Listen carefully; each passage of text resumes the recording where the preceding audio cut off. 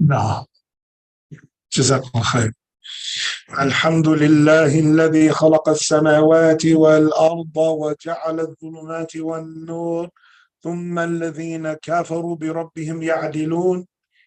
الحمد لله الذي أنزل على عبده الكتاب ولم يجعل له عوجا. الحمد لله الذي هدانا لهذا وما كنا لنهتدي لولا أن هدانا الله لقد جاءت رسل ربنا بالحق. So we should be on class 11 of the explanation of the fortress of the Muslim. And we're still completing. I'm going to try to, after we finish the introduction, well, let's see what happens when we get through the introduction, inshallah. So he said in the previous class, let's go back up. So he said, what is being looked at? لأن المنظور فيه المعنى دون اللفظ. What is being looked at or given consideration is the meaning, not the wording. And then the other one is the wording and the meaning being looked at. وقوله أو قوله, and a statement. أنا عند ظن عبدي بي. I am as my slave looks at me or considers me. أي قادر على أن أعمل به ما ظن أني عامله به. Right? So, meaning Allah is saying he has the ability to do what the slave believes he can do with him or for him.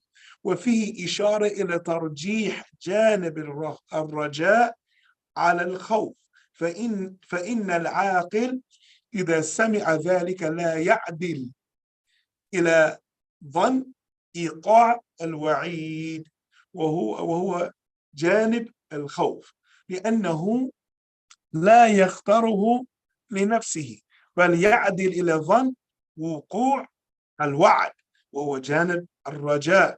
He said, and it is a point that it is more better to have hope than fear.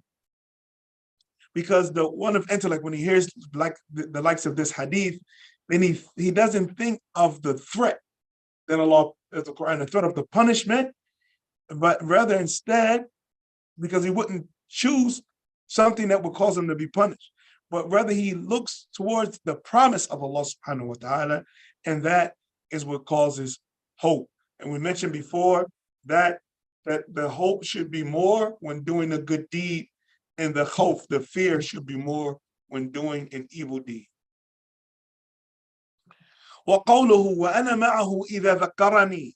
And his statement, I am with him if he mentions me, remembers me. أي إن الله مع عبده الذي يذكره معه بحفظه وتوفيقه ورعايته له. وهذا كقوله إنني معكما أسمع وأرى. Now, and the statement of Allah Ta'ala, I am with my slave if he mentions me. It means that Allah is with his slave, not physically, with him. This is slave that remembers him with his preserving that slave and giving that slave success and guarding that slave. And this is like the statement of Allah to Musa and Harun, إِنَّنِي مَعَكُمَا أَسْمَعُ وَأَرَى. I am indeed with both of you, I hear and I see. وهذه المعية خاصة بأهل الإيمان وهي غير المعية العامة للخلق جميعا. Now, and this is a specific accompanying. Allah Ta'ala accompanies. This is a special type of accompanying that's only for the people of faith. Other than that Allah Ta'ala is aware and with all of his slaves, all of the creation, however, not in that same way. مثل قوله عز وجل ألم ترى أن الله يعلم ما في السماوات وما في الأرض. Like Allah Ta'ala's statement in Surah Al-Qad As-Sami', ألم ترى أن الله يعلم ما في السماوات وما في الأرض وما يكون من ندوة ثلاثة إلا هو رابعهم ولا خمسة إلا هو سادسهم ولا أدنى من ذلك ولا أكثر إلا هو معهم أينما كان. Allah Ta'ala said, did you not know? Did you not know that Allah Ta'ala knows whatever is in the heavens and whatever is on earth? And there's never a group of three except he is the fourth, nor a group of five except he is the sixth, nor any less than that or more than that except he is with them wherever they are. أي معهم بعلمه بعلمه بهم و عفوا وإحاطته لهم. So it means that Allah Ta'ala is with them with his knowledge. That's why Allah said, Alam tara. Wa alaikum salam wa rahmatullah. Alam tara anna Allah ya'lam. So the ayah begins and ends with ilm. So Allah is with them with his knowledge, not his physical self, subhanahu wa ta'ala. So he's with him with his knowledge and that he encompasses everything that they do. قوله فإن ذكرني في نفسه ذكرته في نفسي وإن ذكرني في ملأ ذكرته في ملأ خير منهم. قال العلامة الشيخ ابن عثيمين رحمه الله تعالى يعني إذا ذكرت ربك في نفسك أما أن تنطق بلسانك. What is the meaning of لسانك? لسانك. Tongue. Nah.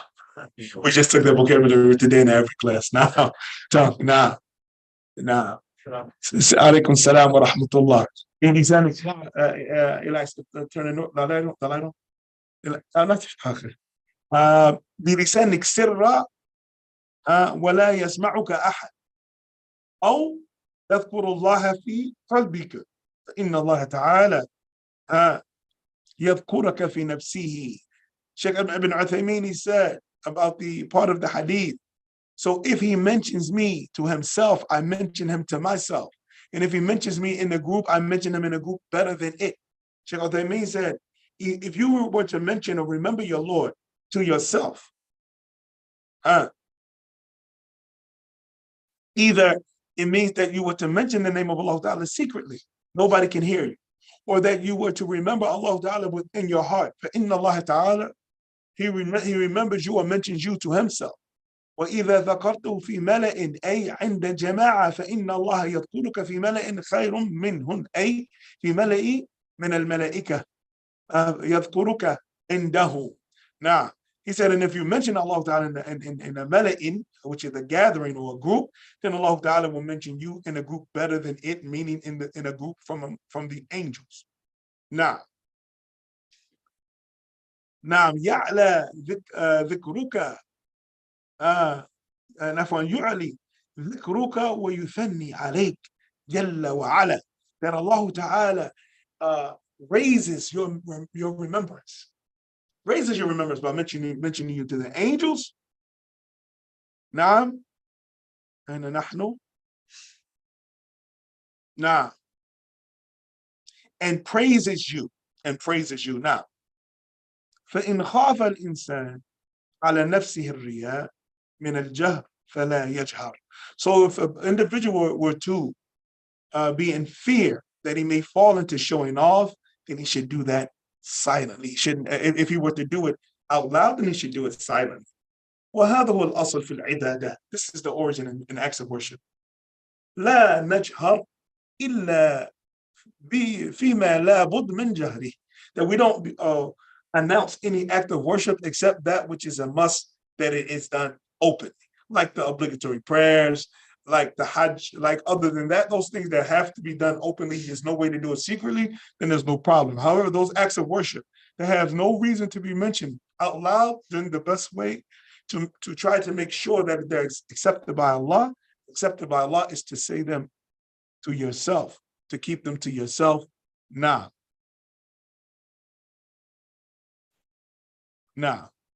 قوله وإن تقرب إلي شبرا. الشبر ما بين على الإبهام وأعلى الخنصر. مذكر.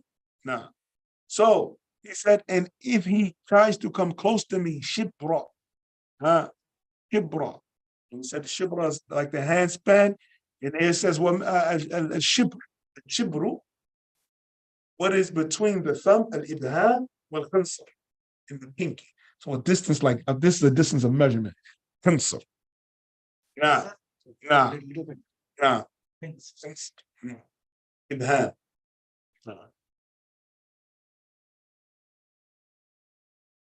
والجمع أشبار.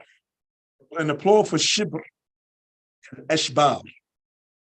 That distance like there. Where do we go? Where do we go? Now, والشبر بالفتح. Now, والشبر عفوا والشبر بالفتح الشبر بالفتح المصدر. So if you say shabr, that's the masdar, the root of the word.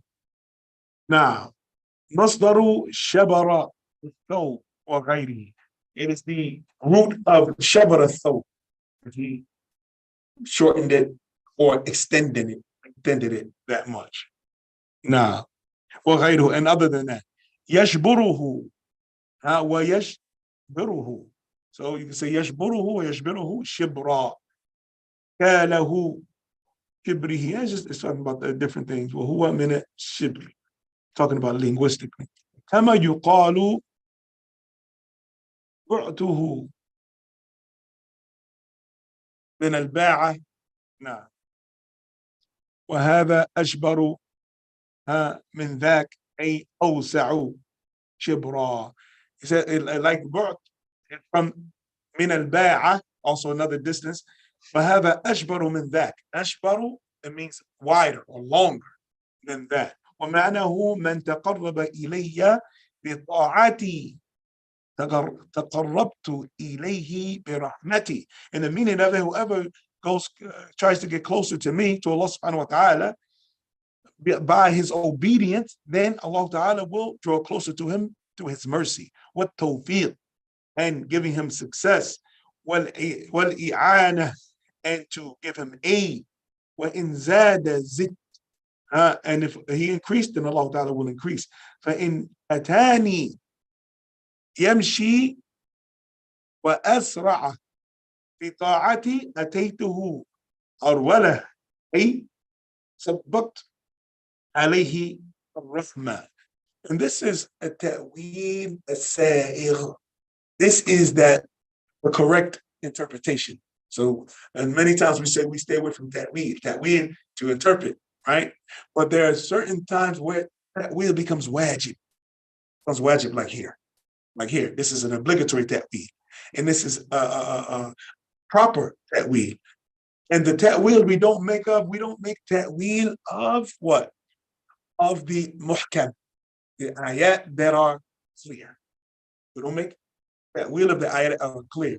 And we avoid ta'wil of the ayat that are ambiguous, that are unclear, except when they must be interpreted due to them encouraging an act of worship. So anything that is ambiguous, but it is encouraging to do an act of worship or prohibiting an evil deed, then in order for that to be embarked upon or avoided, there must be some interpretation to it.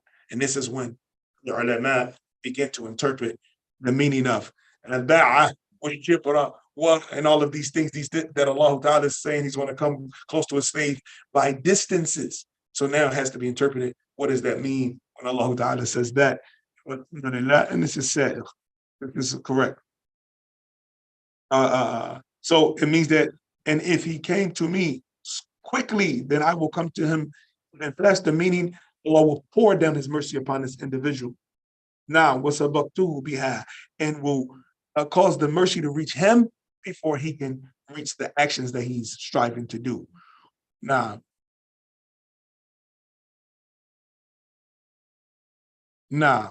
ولم أهوجه إلى المشي الكثير في الوقوف إلى المقصود, and I will not make him have a need of much walking or much trying in order to get to what he intended. والمراد أن جزاءه يكون تضعيفه على حسب تقربه. And the meaning of it is that his reward, his rewarding him will be more added to and increased based on his effort to come close to Allah subhanahu wa ta'ala.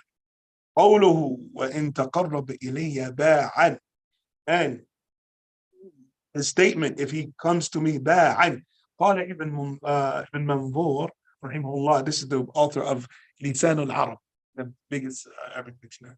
قال ابن منظور رحمه الله تعالى الباعة هو طريق مد اليدين وما بينهما من البدن.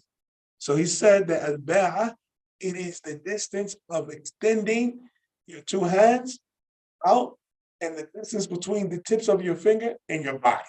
Al-ba'a. So we said shibr, ذراع, al-ba'a. Now, نعم نعم وهو ها هنا مثل القرب الألطاف. نعم قرب الطاف نعم الطاف الله من العبد إذا تقرب إليه بالإخلاص والطاعة. And it is an analogy of Allah Ta'ala being or bringing his slave close if he tried to draw close to Allah through sincerity and through acts of obedience. قوله when atani yamshi ataytuhu harwala, and his statement, and if he came to me walking, I will come to him harwala. قال الجوهري. Now, and this is another author of I mean, he's the author of Al-Ain. Al-Ain is a dictionary. Siha. Al-Jawhari, he's the author of As-Siha, Mukhtar As-Siha, which is also a dictionary. This is an Arabic to Arabic dictionary. Very important. Anytime someone wants to delve into the Ulum Sharia, and you need a dictionary. We know you need a dictionary because even the companions, when they sat with the Prophet ﷺ, they would ask him, what does it mean? And what is the, and they were Arab. They still had to ask, what is the meaning of those words? So a dictionary is very important for someone who wants to go into understanding the meaning of different words and like that. And the main dictionary is the use of the Bedouins, how the Bedouins use the word. That's the main dictionary. That's the real dictionary. The real dictionary, before colonialism, of course, the real dictionary was, how do the natives use the word? Because that's what it means. And even when the scholars of the Lugha, Kisai and Akhfash and Sibawayh, and they would have linguistic battles and they would be, oh no, this is the way the word is used and this is the way it's used. And then who would solve the argument between them? They would say, bring the Bedouins. Right? And then they would say, I'm saying that this word means this and this is how it's used. And he would say, well, I'm saying it's this. And he'd say, how is it used? So now the problem with the people of the Badia, people of the desert, is that they would take bakshish, they would take rashwa, and they would take bribes.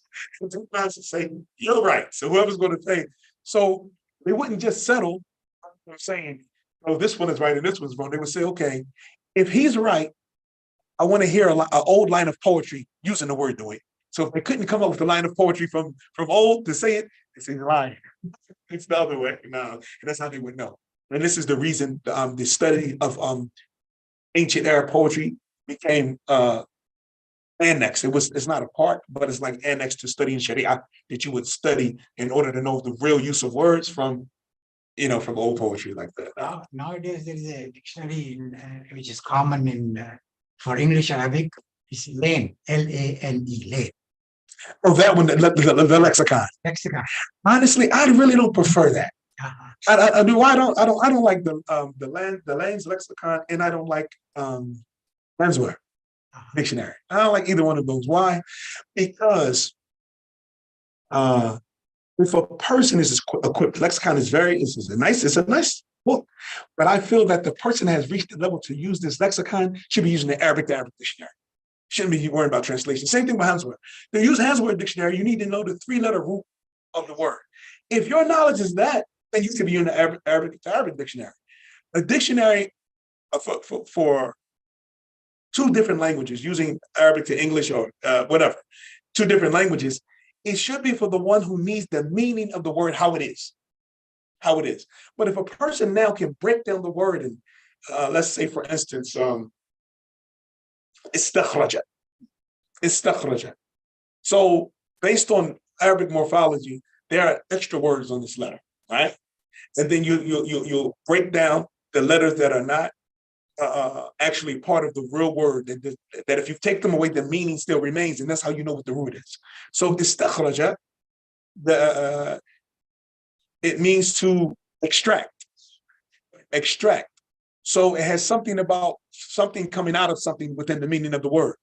So if we remove that hamza, or some people will say alif, we remove the hamza, if we take that off, the meaning of to extract, to bring out, still in the word. If we take away the sin, the meaning is still there.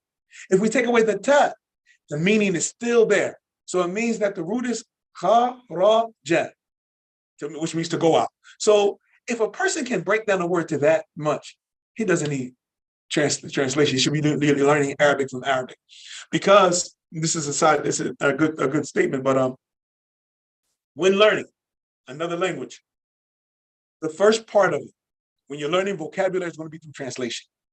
So this is going to be your foundation. So in the beginning, you're going to have a very academic understanding of the target language, right? Because your understanding is going to be coming from a dictionary. This means this means that, and you're going to be translating.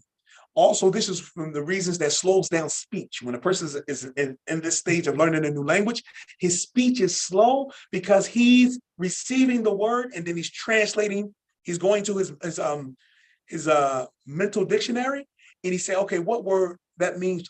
And then he says, okay, oh yeah, that's what that means in that. And then after that, he starts thinking of the response in his language. And then he begins translating it according to his vocabulary. And this is what makes speech slow in the beginning in language learning, right? So then after that, once the person has built up a foundation of vocabulary through translation, at that point, let's say, for instance, kursi, chair, right? Jidar, wall. So now person in the beginning learns that kursi means chair and jidar means wall. Now after that, he's going to run into what? Synonyms. So if he runs into a synonym, he should be done with chair. Now he's going to get that English word out of his vocabulary. He's going to say kursi. Then somebody says to him, miqad. Miqad. So now when he comes to our miqad, the teacher that taught him, or how he learned that kursi means chair. And so if he says, what does miqad mean? Say kursi. So now he's going to learn Arabic, started learning, building Arabic from Arabic. He runs into the word jidar. He learned jidar, it says wall. It means, well, what does jidar mean? It means wall. So now he has jidar and wall. Says, okay, then he comes to the word ha'up. Ha'up. What does ha'up means? Jidar.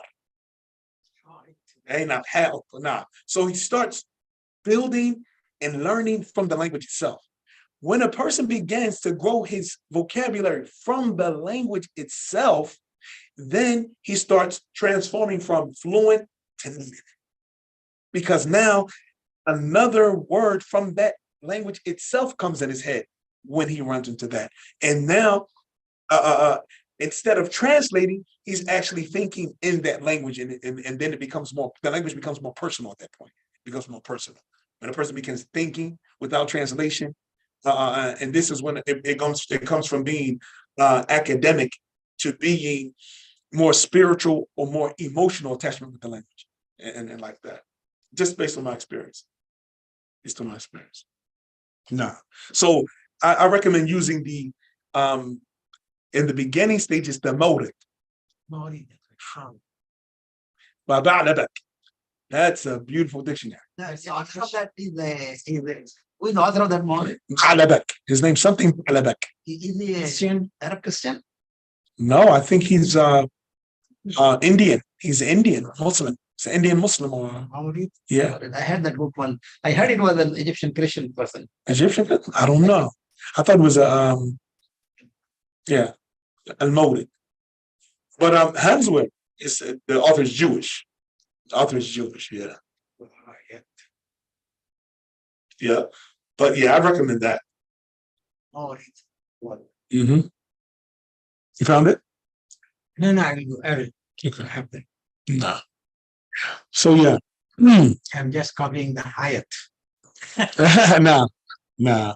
It's a new word for me. ما شاء الله. Yeah, نعم. حائط يعني حاء ألف لا حاء. Alif, ya, ta. Ta. No, yeah. إذا همزة كسر على النبر. Oh, yeah, yeah. حائط. Mhm. نعم. So طا. نعم. Means wall.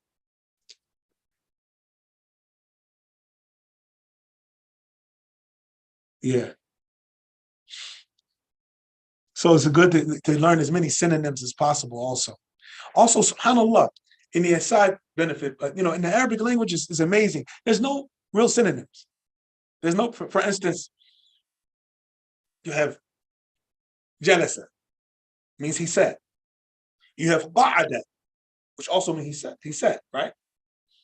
However, jalasa means he sat from a standing position.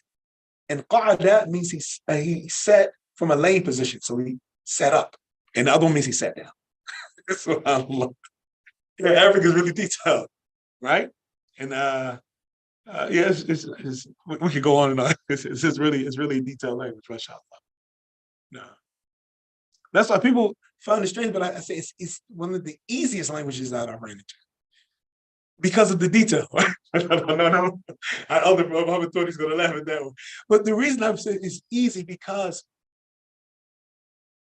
90%, and I want to say more than 90%, but let's say 90% of the rules have an actual reason. So when you have a rule that has a reason, then it sticks with you. But like in our language, in English, we have a lot of rules, but without reason. Without reason. Let's for instance in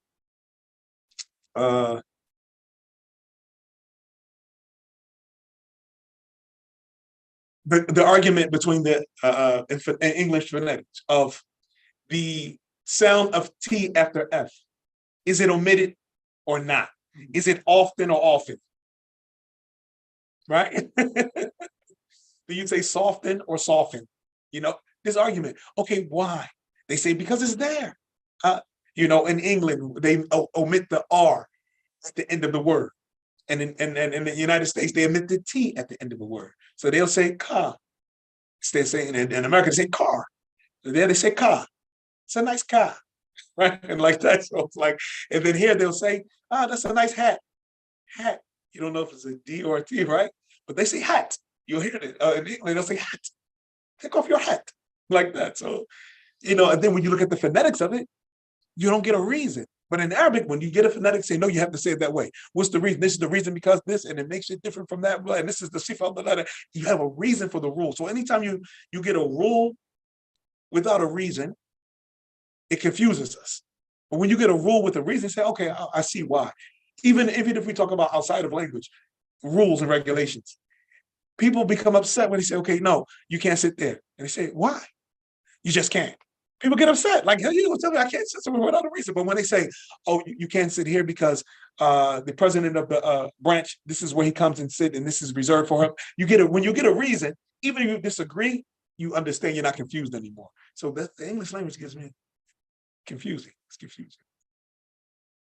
I've taught it for years, but I have to tell them you just have to follow along and listen. He said, what? Like that now. Okay, so now.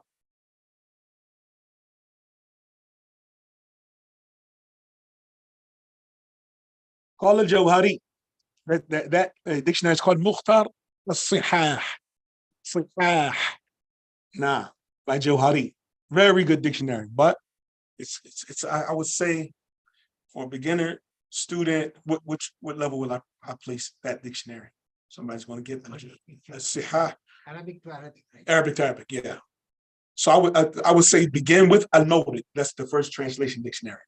There's a new dictionary that came out that I've been using since like 208.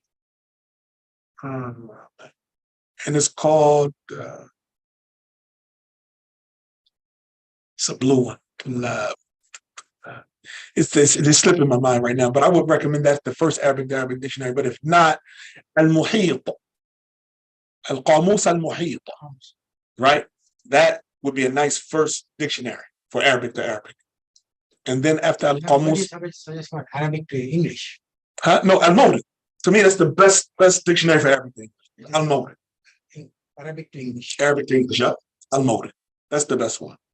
Then after that, the first Arabic to Arabic, Al-Muhit, because the other one I forget the name of it. I would say that one first.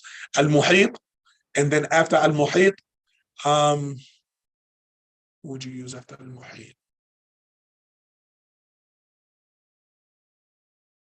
I don't want to say Mukhtar al-Siha. I will place that third or fourth. Inshallah, I'll give a list of them. But you have Mukhtar al-Siha. But the last one, but it should be on your list always in your house as a reference book, because it's a reference book. It's called Lisan al-Arab. This is the dictionary that was being quoted earlier. Lisan al-Arab, Ibn Manzur. Ibn Manzur. Yeah. And depending on the print, it's sometimes 14 or 20 volumes. Because the small print makes it less volumes and the bigger print makes it bigger, more volume like that. No. الجوهري الهرولة ضرب من العدو وهو بين المشي والعد. So it is an example of like running or jogging. An example of running or jogging, and it is between running and jogging. وفي الحديث من أتاني يمشي أتيته هرولة وهو كناية عن سرعة. نعم أو عن سرعة إجابة الله عز وجل. So he said, whoever came to me walking, I come to him harwala, and it is an analogy of Allah Ta'ala being, as we said before, Godspeed, coming very quickly to answer the slave. وقبول توبة العبد وَلُطْفِهِ وَرَحْمَتِهِ, and that Allah is accepting the repentance of the slave and being gentle with him and having mercy with him. نعم هرول الرجل هرولة نعم بين المشي والعبد.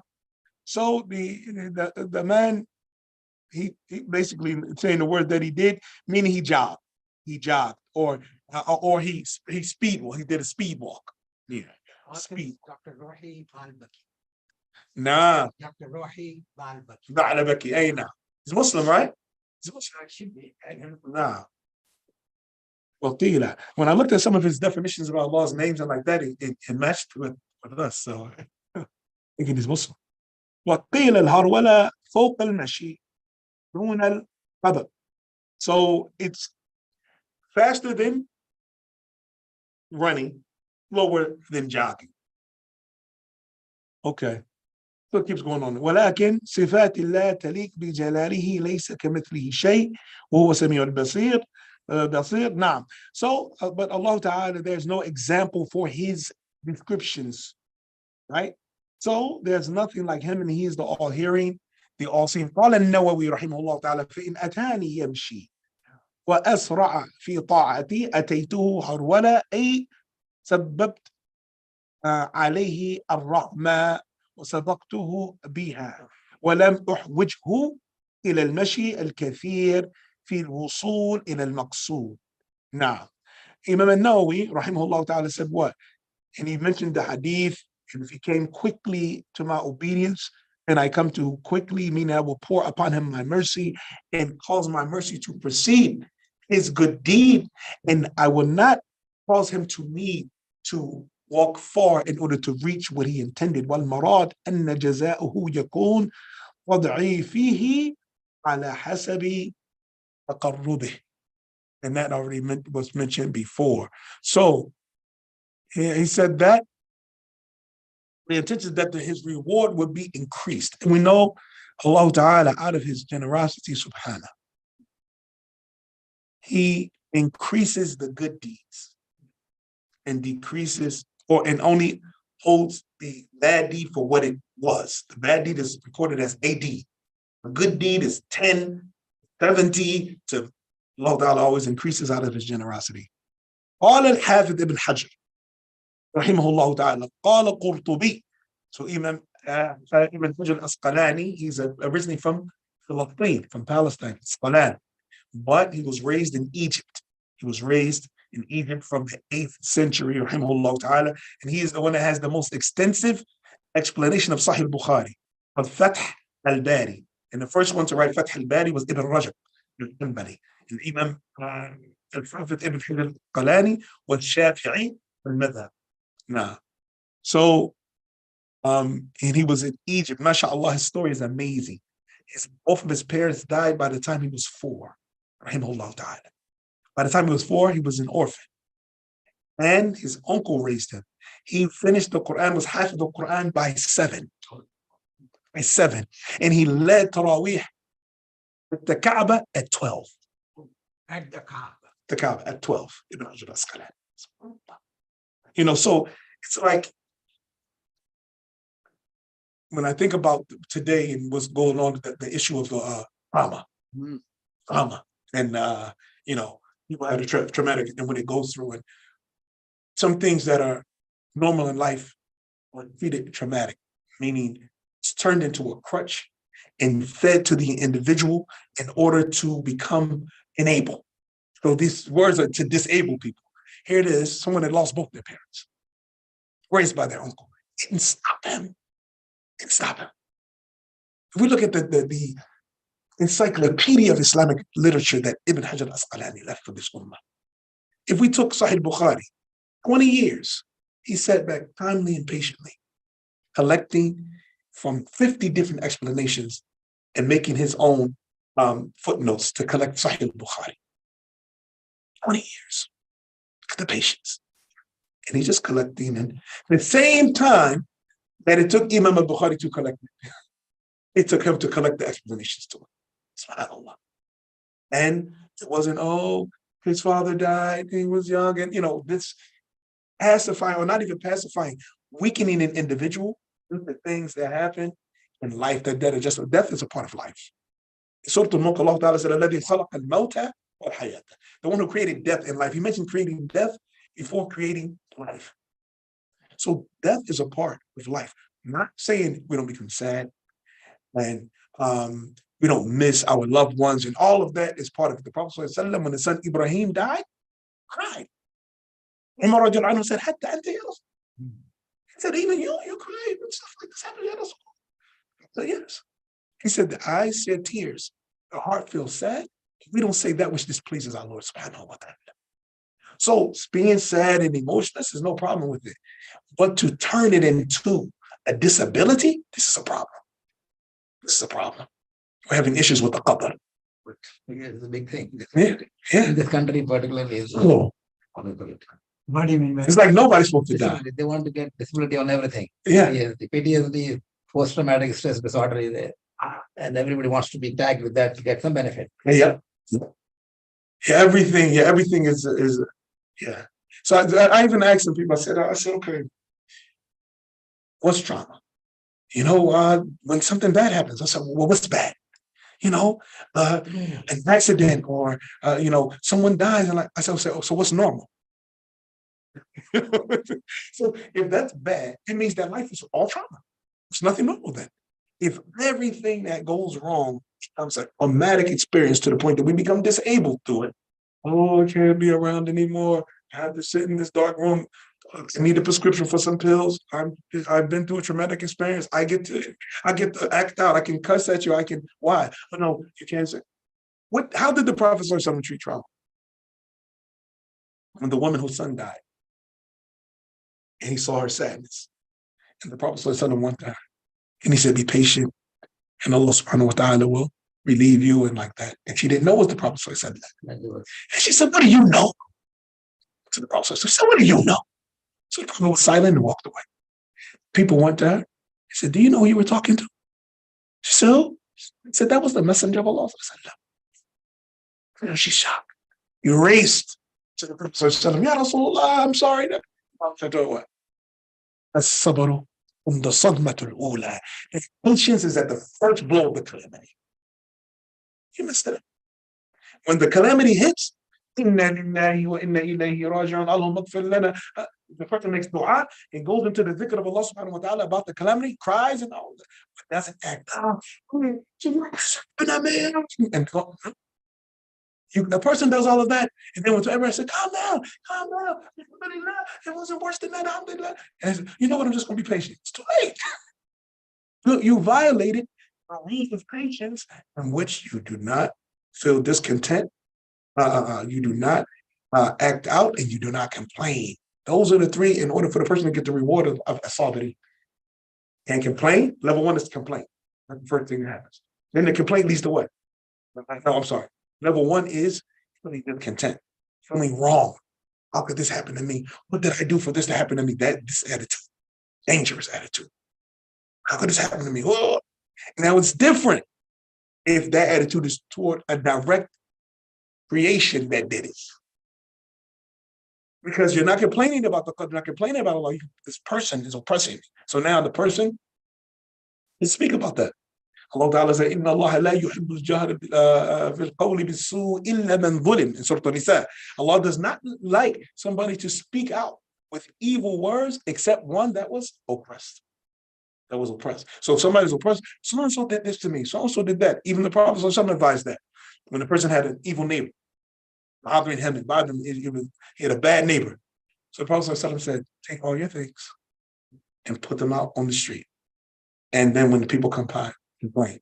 So the man took all his things out, he put his things in the street, and when people came by, oh, this neighbor of mine, he bothered me. It's so hard to live next to this side. The neighbor rushed out and grabbed his things. Said, well, I'll never mess with you. Leave me alone. You know. So the Prophet permitted him to go out in public and complain because of his neighbor bothering him.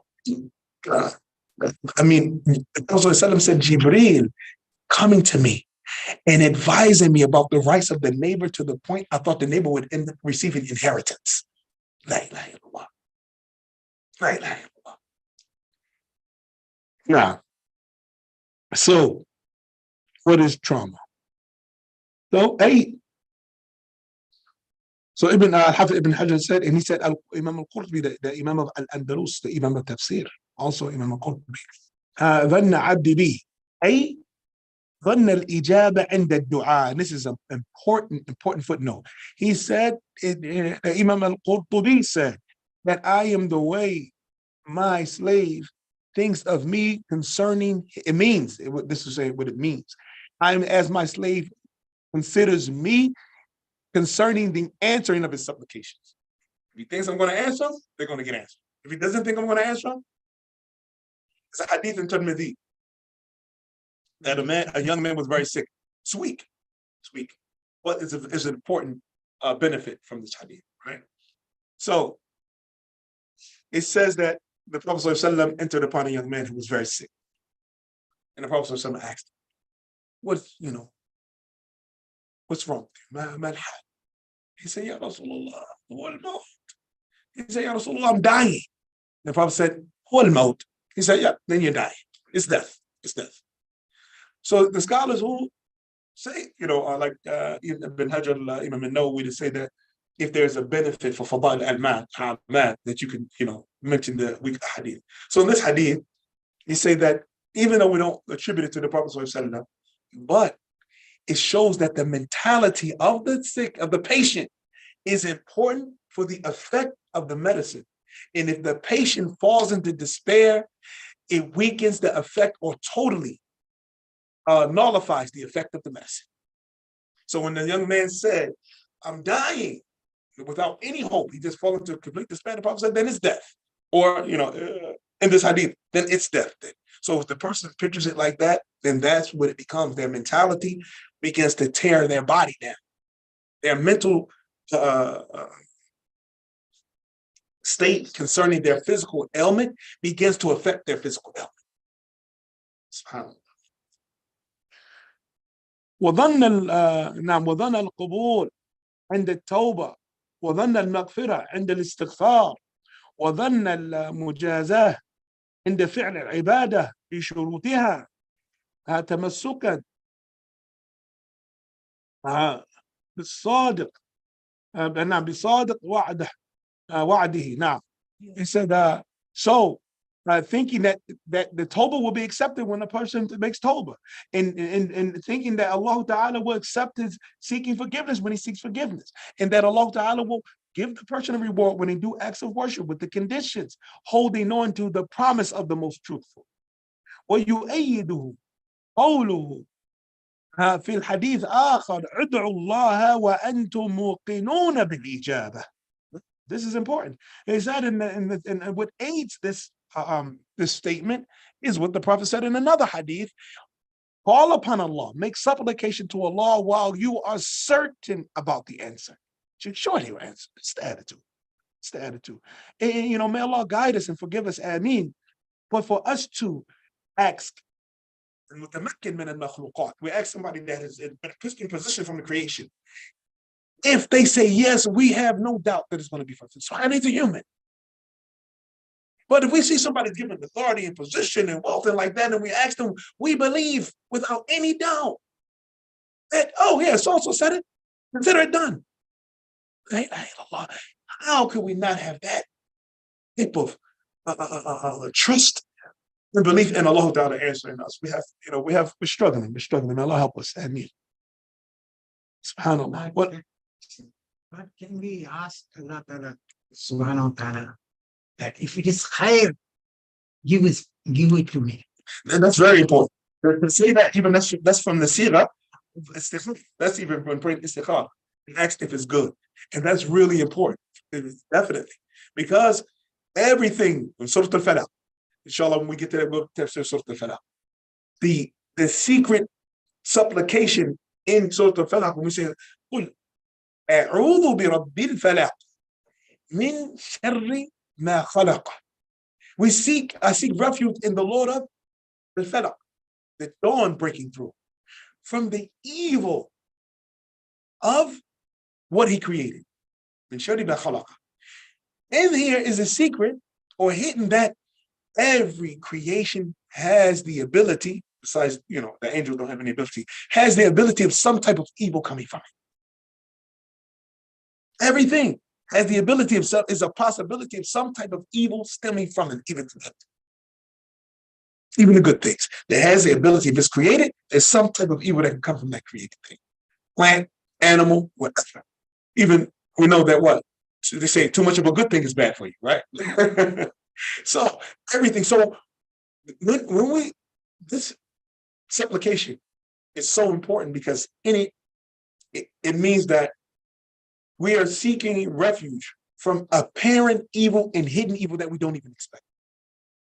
Take an individual, for instance, was given some food as a gift. He's very happy, excited, something that he loved, and like that, he began eating it.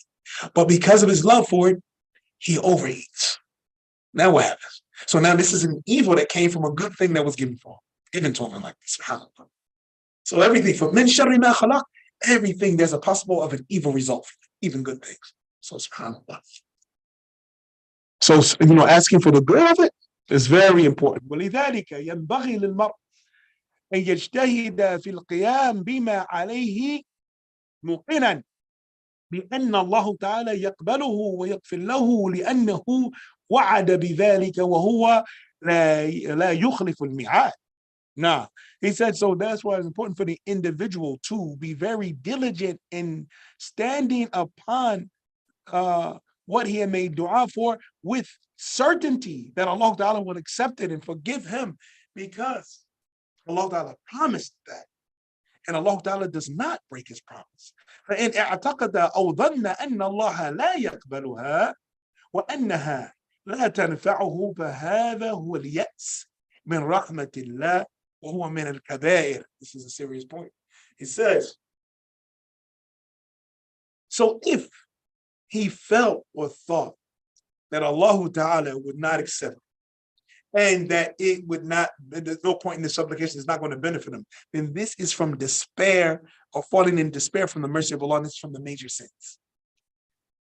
Surah Yusuf, وَمَنْ يَقْنُؤْ مِنْ رَحْمَةِ اللَّهِ in Surah Al-Hijr, إِلَّا الْقَوْمُ الْكَافِرُونَ.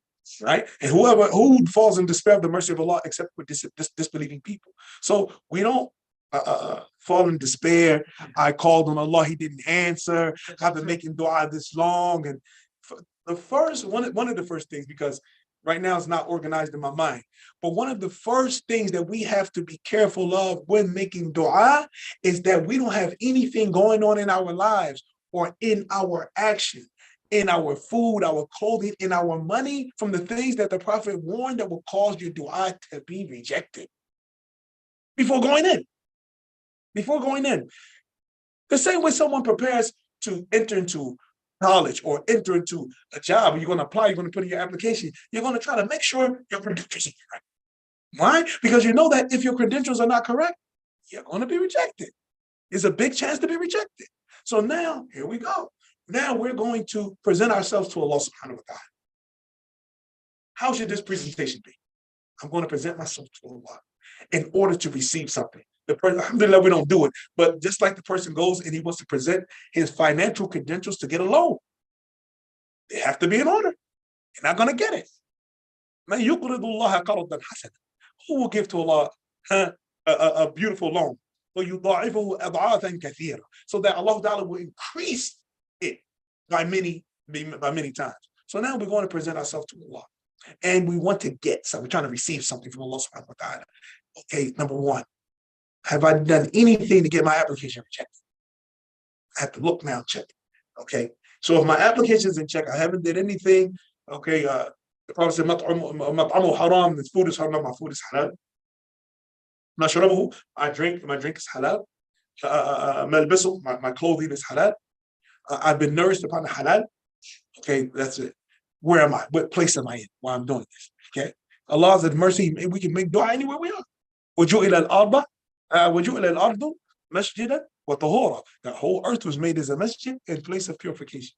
So, okay, where am I at? Okay, my intentions. Am I asking for something that Allah loves or permits, or am I asking for something that Allah doesn't love nor does He permit? Right? Because this is from i'tidaa, this is from transgression and supplication, to ask Allah for something He doesn't permit or He doesn't like, doesn't love. This is transgression. Okay, like for instance, somebody might be mad at their relative. Say, Allah, please, never come close to me again. And make God not to be close to your relative. It's haram. It's haram. You have to be patient. You have to be patient. You choose your friends, your relatives, no. So you have to deal with your relatives no matter what. La ilaha illallah. So many things that we have to take our time just to make sure that what we do is going to increase the possibility of acceptance. And we know a person who has good credentials and a good background, when they present themselves, you know, they're not worried about it. What do you think? Do you think you get the job? Or you think, inshallah, you know? But they say inshallah with confidence, versus the individual when they present the paperwork and present everything and they know what they're going to say about that. I hope they don't call that job, because I remember I got an argument with the manager. They start thinking things that happen that may make the application be rejected. So, So then when they ask, do you think you got the job? Allahu A'lam.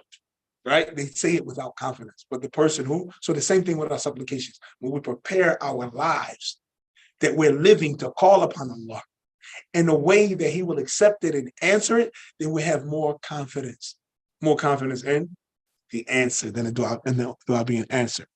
Now,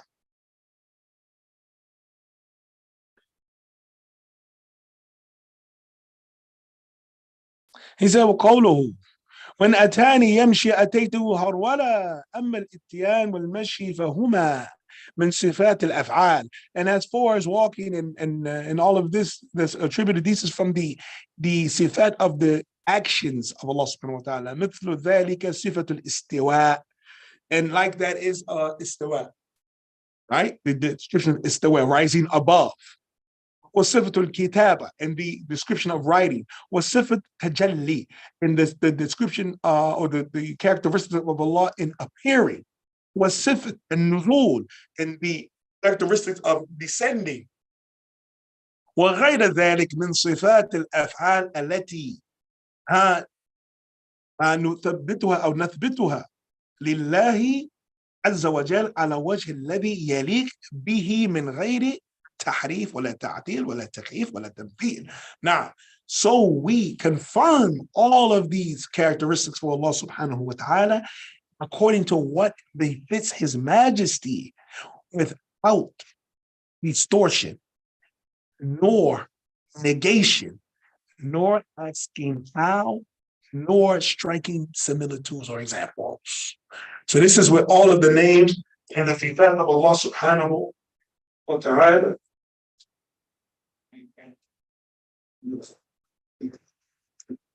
So the principle, all of the names in the respect of Allah ta'ala is number one, we believe in them as they came. فَلْيَدَاهُ مَبْسُوطَتَانِ يُنْفِقُ كَيْفَ يَشَاءُ. Whether both of his hands are outstretched and he provides in any way he wills. وَالْإِسْتِوَاءُ الرَّحْمَنُ عَلَى الْعَرْشِ اسْتَوَى. The most merciful rose over the throne. Right? All of these descriptions of Allah, we confirm them as he said them about himself. As he said them about himself, we la tahrif. We don't distort them and say, oh no, hand means mercy. We don't distort them. And because these are direct descriptions, physical descriptions of Allah subhanahu wa ta'ala. So if Allah described himself as having كل من عليها فان ويبقى وجه ربك ذي الجلال والإكرام. Everything will die off and the face of your Lord will remain. And other than that, all of these, we confirm that Allah Ta'ala has every single one of these attributes. And we don't distort them and say, oh, what it really means is this, it really means is that. Right? Nor do we deny them, like the Jahmiyyah did. Nor do we give examples of them. Oh no, Allah's face is like this, Allah's face is like that. Not even we say. Yeah, right, exactly. Yeah, anything. That's why I put my hands behind my back while I was talking about, right? Because we're so used to speaking and using our hands as gestures. So I fear when I'm speaking about the sifat of Allah subhanahu wa ta'ala that you may mistakenly, right, subconsciously begin to do gestures concerning that. So if I say the face of Allah, I don't want to gesture to my face. If I say the hand of Allah, I don't want to make any gestures with my hands. So yeah, exactly. So that's why I put my hands behind my back and lock them. So I wouldn't do that by mistake. No. What exactly mean Jalla wa ala? Jalla wa ala. Wa ala. Yeah. Yeah.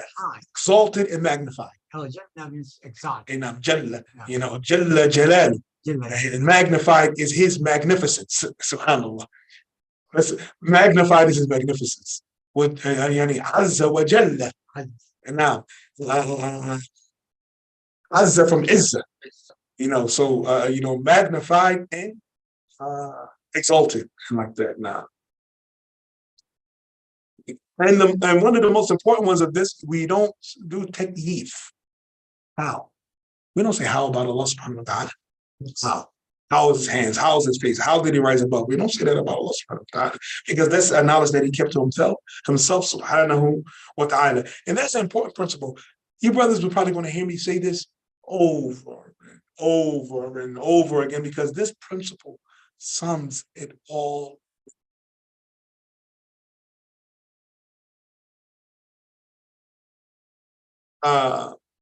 اشتراك في اسم الصفة لا يستلزم اشتراك في حقيقة الصفة. Sharing the name of a quality does not necessitate sharing the reality of that quality. Sharing the name of a characteristic does not mean sharing the reality of that characteristic. And this is accepted. Between the creation, I don't see why they struggle with it with Allah subhanahu wa ta'ala in his creation. For instance, we accept the characteristics of face for us. We accept that same characteristic for a clock. We accept that same characteristic for the face of the earth. So we use face for all of these things that we never say, look like a clock. Don't say I have a face. Or a clock doesn't resemble me.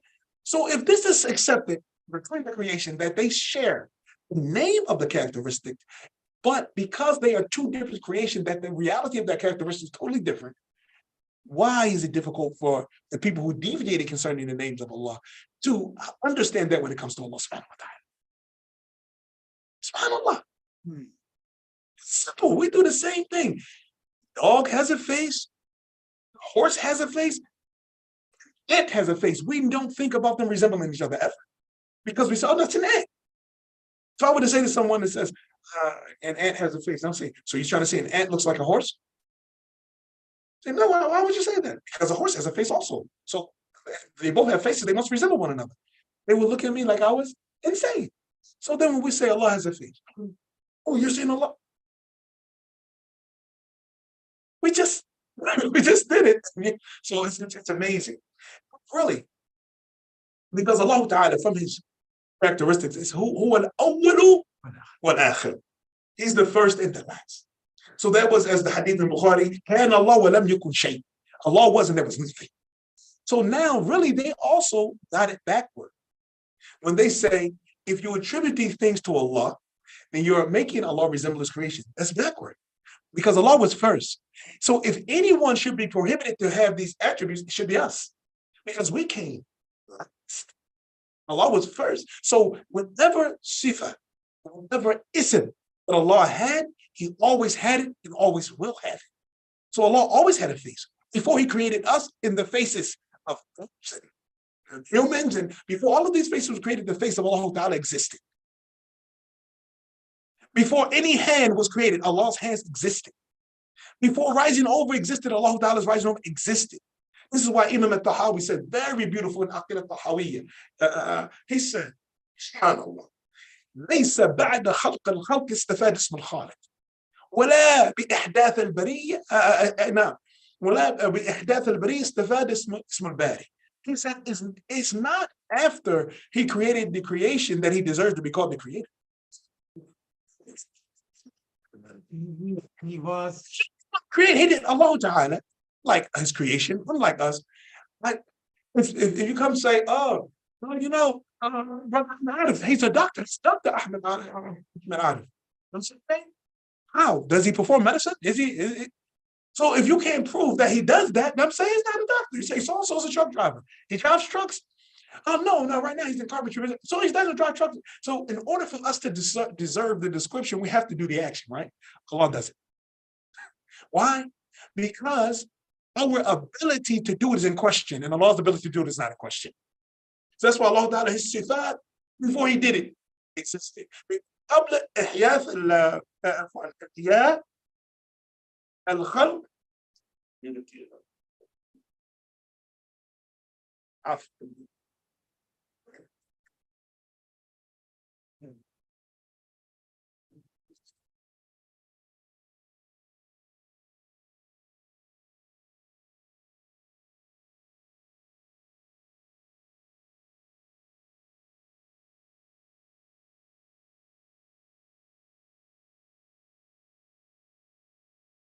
I had a book. I had it, but now it's not. Somebody took it. Yeah, you gotta be careful with your books, right? It's a hard copy. I had the Palmori, but it's not there now. Very good book. So, not Allah, before Allah gave life to anything, he was al-Muhyi, the giver of life. Before he caused anything to die, he was al-Mumit, the cause of death.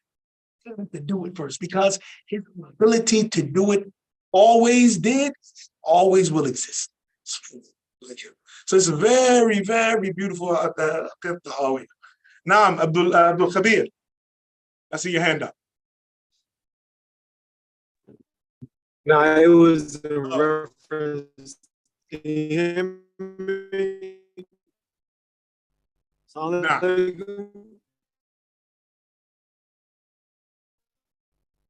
You hear me? Nah.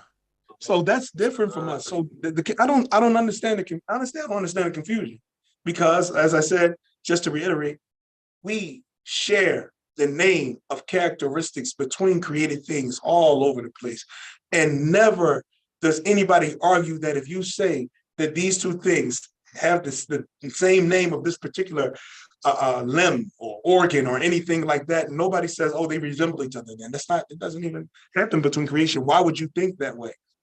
And this is what happened. The problem is the mu'attilun, the ones who deny Allah Ta'ala's descriptions, that they began with resembling Allah to his creation.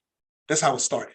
So when they heard the sifat of Allah and the sifat, and they compared it to the same name used word for the sifat of creation, they began picturing Allah. So they became afraid. And this is why fear of Allah has to be founded upon knowledge. Fear of Allah without knowledge leads to extremism. Extreme. This happens to Khawarij. Over fear of Allah subhanahu wa ta'ala leads to extremism, leads to people falling into despair, leads to people calling people kuffar. You're like kafirs and that because they go too far in their fear of Allah subhanahu wa ta'ala. Fear of Allah enough to what? Fulfill the obligations and stay away from the prohibitions. The extra fear that makes a person spooky and scary and thinking about Allah as a sadist that loves to punish and torture. No, this is not how we think about Allah subhanahu wa ta'ala. Nah, so this is what they did. So, nah, Sifat al-Tajalli. Nah, so all of these, he mentioned all of the sifat of Allah. Huh? Tajalli. Allah Ta'ala appearing. Appearing. ولما تجلى ربه للجبل جعله دكا وخار موسى صاعقا. So في الأعراف. So when his Lord appeared before the mountain, جعله دكا, turned it into dust. وخر موسى صاعقا. Then Musa fainted. SubhanAllah.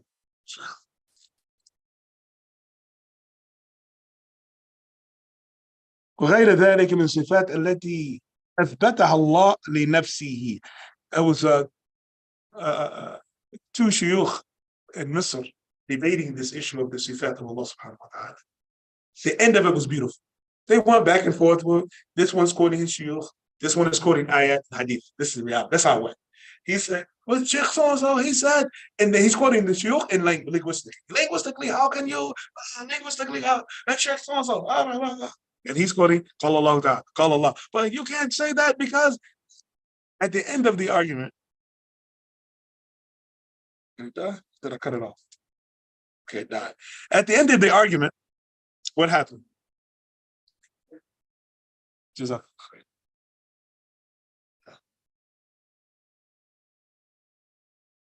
At the end of the argument, what happened? At the end of the argument, the one that's quoting ayat and hadith, what did he say? He said, okay, we're going to be questioned about this day, Yawm al-Qiyamah. And we'll be asked about what we're saying about Allah subhanahu wa ta'ala. He said, think about your argument. Let's say I'm questioned. Allahu A'lam. He said, let's say I'm questioned. Allah will ask me, Yawm al-Qiyamah, why did you say I have a hand? Why did you say I have a face? Why did you say I have a foot? Why did you say this? And my answer will be, Rabbi, wasafta nafsi. You described yourself as having these things. And you will be asked, why did you deny things, my hands, my foot? And you will say, because it doesn't befit you. You described yourself with things that doesn't befit you. And my sheikh so-and-so said that doesn't befit you. He said, which one of us is in danger? That was the end of it. How are you going to tell Allah that he said something about himself that doesn't fit? No, you shouldn't have said that about yourself. La ilaha illallah. Boldness. وَمَا قَدَرُوا اللَّهَ حَقَّ قَدْرِهِ. And they have not given Allah Ta'ala his just estimation. No. So we'll stop here. MashaAllah, darsun mumti'un. Now, I hope it was for you, brothers and sisters, too. It was very enjoyable. We'll take 5 questions or statements before closing, if anyone has them. When you're talking about that, but Now I wrote the question in the chat. I don't think you can hear me clearly. more people having sabr than the Badus in Saudi Arabia. They used to come having accidents, getting the young child to the hospital almost dead. Yeah. They would never say nothing but Alhamdulillah. Yeah. Now, the doctor's talking about the Bedouins. He said he's never seen a more patient than them. They come and they have what people call now trauma, calamities. They would never say Alhamdulillah. And I says Alhamdulillah. When they felt I also like the same thing when a person died, and my owner then eating. Alhamdulillah. when we went for Tazia, Now, this is from the etiquette of dua, Abu Rumaysa, to send peace and prayers upon the Prophet sallallahu alaihi wasallam. Now, and then it should begin number one with the istighfar. And the person asks for forgiveness before making dua. And this is taken from many ayat in the Quran, from them the ayat of Surah Muzammil. وَقَدِّمُوا لِأَنفُسِكُمْ وَقَدِّمُوا لِأَنفُسِكُمْ, and send something forward for yourselves. It means to proceed before you ask, to say what? To make tawbah before asking Allah. Because making tawbah, the Prophet said, التائب من الذنب كمن لا ذنب له. The one who makes repentance from a sin is like the one who had never sinned at all. So when you make tawbah, you're clean. So you're coming clean. Remember, we're just talking about preparing. So now you make tawbah. So you make repentance for any sin you committed. And then after that, you extol Allah. Oh Allah, Anta Jaleel, Anta Kareem, Anta Sami', Anta Al-Basir, you praise Allah subhanahu wa ta'ala with that which he did, with that which he deserves. And then you send peace and prayers upon the Prophet Muhammad sallallahu alayhi wa sallam. And then after that, tashra' fi madha fi du'a'ik. And then after that, you begin to make your supplication. That's the best way to prepare for it to be answered. Now, also from the etiquette of dua, to seek those times that is going to be answered between the adhan and the iqamah, the last hour of Yawm al-Jumu'ah, the last third of the night. All of those times like that, it shows what Allah can see us and what we're doing. It shows our effort. When you want somebody, you want something from someone, you try to show your effort that I'm really trying my hardest. So it shows that we're trying hard. And then we're not just, Allah, you can hear me, just asking any kind of manners and any kind of behavior. It's like we're showing real effort that we're trying to worship Allah subhanahu wa ta'ala. Now, anything else? Now I'm the chat. Also, the best way to end the dua, Jazakallah khair. Now, this is a good question. He said, what's the best way to end it? That's the beginning and the middle. How is the best way to end it? The best way to end it is the way you began, with seeking istighfar, with praising Allah, and what? And also sending peace and prayers upon the Prophet. Also, it should be some seeking refuge in it also. Seeking refuge. If we look at Al-Fatiha, that's the best example of the best way to make dua. Start off with praising Allah subhanahu wa ta'ala, and talked about the Salihin, and then end it with seeking refuge from a bad ending. So begin it, seeking Tawbah, praising Allah, send peace and prayers upon the Prophet, ask for what you ask for, make Tawbah again, praise Allah, extol Allah, send peace and prayers upon the Prophet, seek refuge from any ill or the opposite of the good that you're asking for, and then end it with Ameen. You say, وآخر دعوانا And Alhamdulillahi Rabbil Alameen. Yeah. So we begin and end it with sending peace, extolling Allah, praising Allah subhanahu wa ta'ala. Now, yeah. So yesterday we were talking about the alphabet community saying they were born that way. So I want to know if the jinn can enter. Naam, I remember this. Aklima. Naam, the womb. And because of the dua, naam, before intercourse, also have seen boys that act like females at the age of 5 years old. Now, so the issue of, right, this is important. The Prophet ﷺ said, the pen is raised on 3. One of those 3 that the pen is raised, meaning that Allah is not holding them accountable, is what? The child until they reach puberty. What we have to understand is that the child not being held responsible by Allah subhanahu wa ta'ala does not mean the child can't do wrong. We don't believe children can do no wrong. It doesn't mean that. It just means that Allah in this child time to be raised by the adults, to be taught right from wrong, so that by the time the pen begins taking down his deeds for and against him, he understands what his responsibilities are as a human being. It doesn't mean that the child cannot receive evil premonitions, evil suggestions. A child is like an adult when it comes to being attacked by the shayateen. If we take from the lessons of the Prophet ﷺ and his raising of his grandchildren and his children, what did he do? He taught us how to welcome the newborn, right? Even if we take the weak position, and what some scholars anyway, the weak position of the adhan and the iqamah in the ear, if we take that.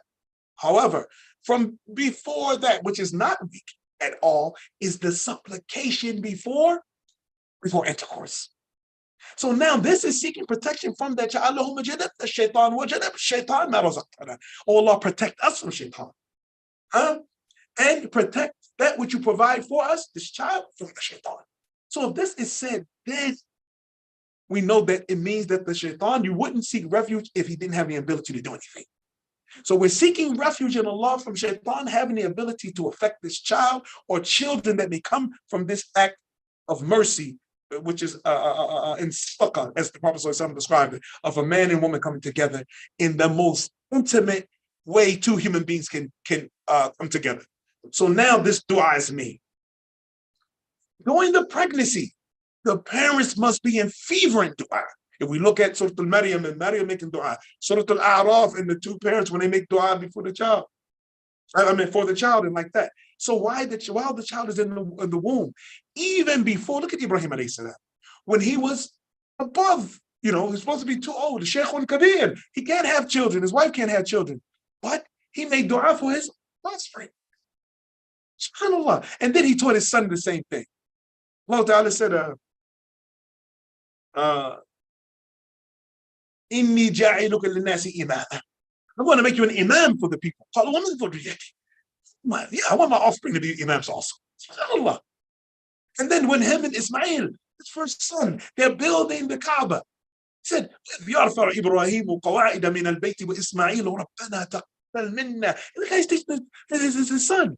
إِنَّكَ أَنْتَ السَّمِيعُ الْعَلِيمُ رَبَّنَا وَاجْعَلْنَا مُسْلِمَيْنِ لَكَ. And oh our Lord, make us two Muslims submitting to you. وَمِن ذُرِّيَّاتِنَا. And from our offspring, أُمَّةً مُسْلِمَةً لَكَ. And make our offspring Muslims. We have to think about that. Before our children are born, that Allah makes us Muslims and make them Muslims and make their offspring Muslims and then teach them to do that. أَمْ كُنْتُمْ شُهَدَاءَ إِذْ حَضَرَ يَعْقُوبَ الْمَوْتِ. Were you there when you witnesses when death came to Yaqub? إِذْ قَالَ لِبَنِيهِ. When he said to his children, ماذا تعبدون من بعدي? What are you going to worship after me? And like that.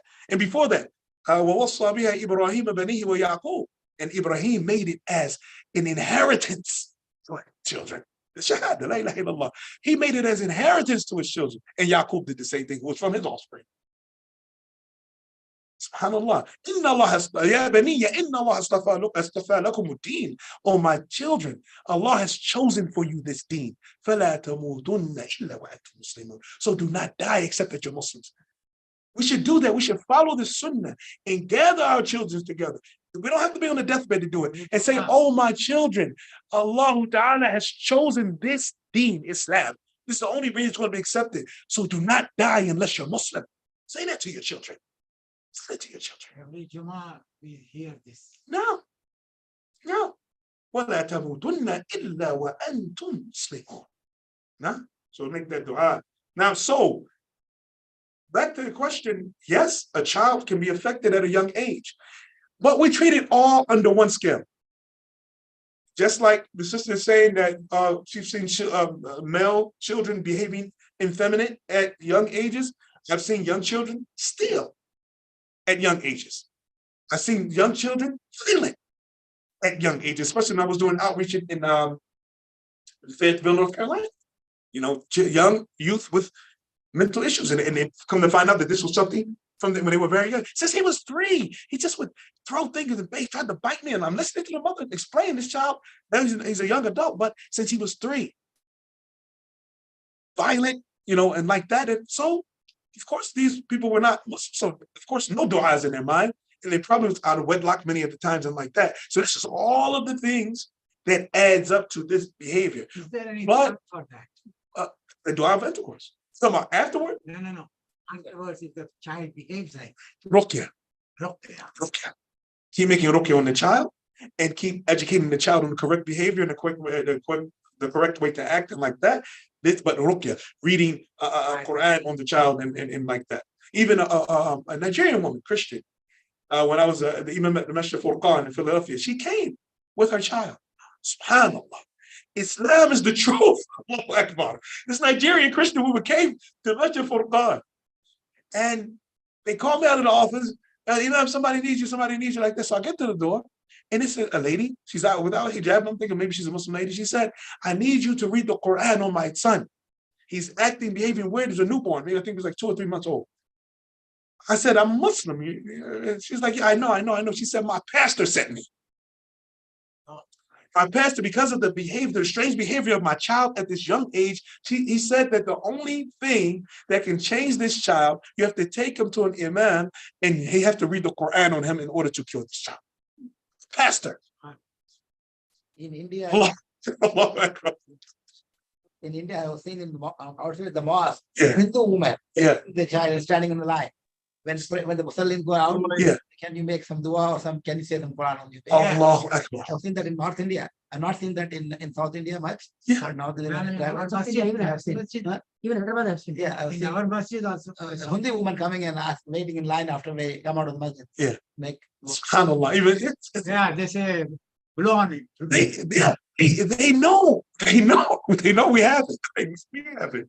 So yes, making dua before intercourse and during intercourse and after and upon the child and while the woman is pregnant and all of those things. This is very important, very important. But back to premonitions of children. Children can get evil whispers to do bad things. Read Surah Al-Kahf.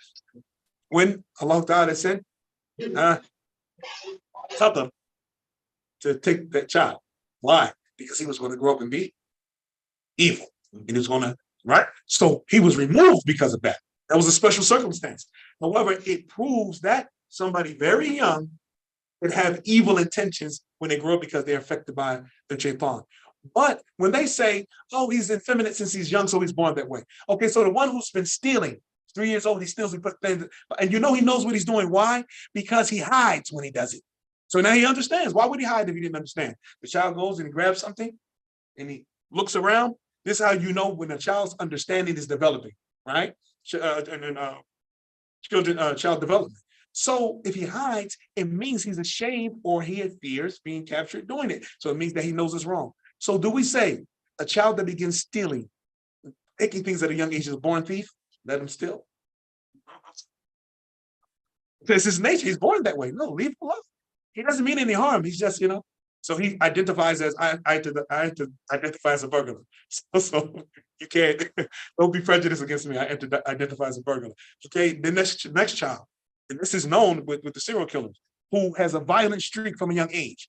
He's killing cats, killing rats, poking his brothers and sisters with pencils. He's doing very violent. If you read some of the documentaries on these, or listen to some of the documentaries on these serial killers, they're very small. They've been very violent, evil people since they were very small. So do we say, leave him? He's a born killer. He's, you can't stop him. He identifies as a killer. The parents responsible. Exactly. This is why, just like the doctor is saying, the parents are responsible at this stage. Now, once the parents do everything they're supposed to do, and then the child continues that afterward, the parents are free from blame. The parents are free from blame. Nah. Barakallahu feekum. But this is our duty, that we enjoin the good, forbid the evil, starting with ourselves and then our homes, then our neighborhoods, and so forth and so on. And that kind of stuff would stop. Also, we have the hadith of the Prophet sallallahu alaihi wasallam. And this, of course, once if an effeminate child reaches the age of accountability, then they are not allowed to remain in the homes. And we can talk about that later and explain the hadith where the Prophet said to exile the effeminate boys from your homes. Exile them. Exile them now. Assalamu alaikum. هذا وصلى الله وسلم وبارك على نبينا Assalamu محمد alaikum. وعلى آله وصحبه وسلم. والسلام عليكم ورحمة الله وبركاته.